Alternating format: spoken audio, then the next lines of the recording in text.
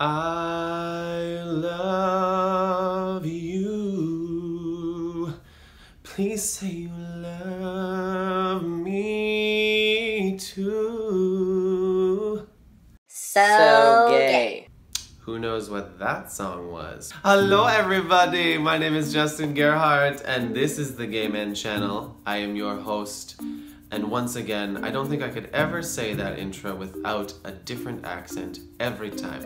It just happens. So there you go. Hey guys, so it's spring. Spring is here, the sun is shining, it's beautiful outside. I know that the bees and the bugs and the trees and the flowers and everything's sprouting and growing and everybody's happy and excited and horny and yeah. It's definitely springtime. I just thought we should talk about the dating app situation right now because everybody's feeling like a heightened sense of, I want to go get that. And the dating apps make it real easy to just like make that happen instantly. So I've done an episode before about online dating with my friend Matt Raffi. Online dating, it's a thing. It's a thing that happens all the time now. I have recently gotten rid of all the apps on my phone, and that's just for me personally. When I have them on my phone, it gets to a point where it's a little bit of an addiction, and that's something I'm working on personally. But for all of you out there who are using these apps, awesome. If you love it, that's really cool that it brings you out of your shell. I love that you meet people that you may not have met any other way. Wonderful. For those that are using it now, what I want to drive home is that it's so important to, once you've matched with somebody or are talking with somebody, yeah, talk for a day or two, but then meet up. What we tend to do is we hide behind that camera, we hide behind that screen, we hide behind that message thread and build up this illusion or create this illusion about what we want them to be based upon messages on a screen or even pictures or their Instagram profile, and then you start to fabricate this story of who this person is without ever having met them in person. And even if you get a little video, you think, oh yeah, that's what they're like. Yeah, that'll be fine. It could be so different in person.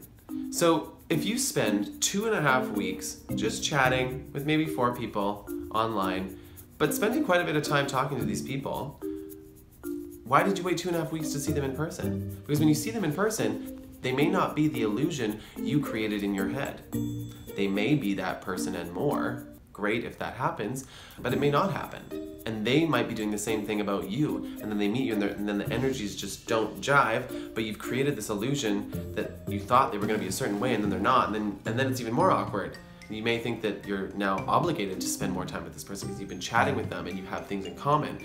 Even if you have things in common, sitting next to each other, sitting across from each other, looking into each other's eyes is completely different than being on a little message screen.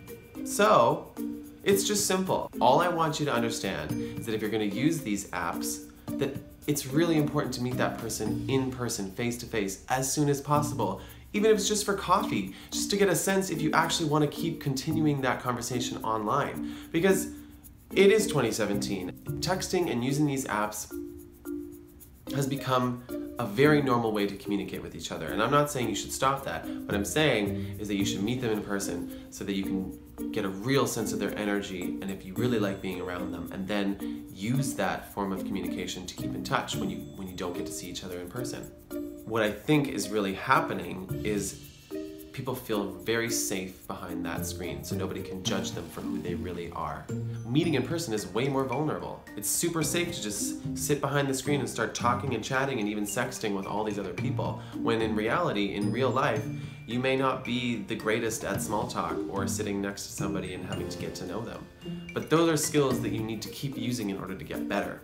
What I love about the online dating world is that it creates that like, hey, how's it going? Or we swiped and said yes that we think each other is cute. Now we can start talking. But that talking should never just live online. It needs to eventually become a thing where it's in person. Now, all of that being said, if you have no intention of becoming friends with this person beyond just talking with them on a screen, then that's your prerogative. you can do whatever you want. But I think most people, when they're on these apps, the intention is that you want to find somebody to spend real quality time with, not just live your life through this screen. Be conscious of how long you're communicating with somebody before you meet them in person, and I would say go into those meetups with open expectations of what they're really going to be like in person, and then build from there. And you'll be good to go. I've met so many cool people from online apps, and so I love it. For me in my life right now, not using them, not to say that I ever wouldn't again, but that's just me personally. How are you guys feeling at home? Are you using these apps? Do you think they're really awesome? Do you think they are just really slutty and gross and it's just not something you ever really can relate to? Do you find that the people on them are like really legit people, or are you frustrated when you're talking to people? Let me know how you're feeling. Comment below. I think this is a conversation that really needs to get going, and we need to start thinking about how we really want to use these apps in a way that's perhaps a little more positive and effective. Like this video if you like dating apps. Like this video if you love meeting people in person. It's spring. Get out there. Have some fun. Be safe. That's right. Be safe. And that's all she wrote. Y'all stay fabulous now. These 3 words, they could change our lives forever. And by now I can just feel and I do. It's like you think you know the words, and then you sing it without Celine, and you just don't know exactly all the words. Oh.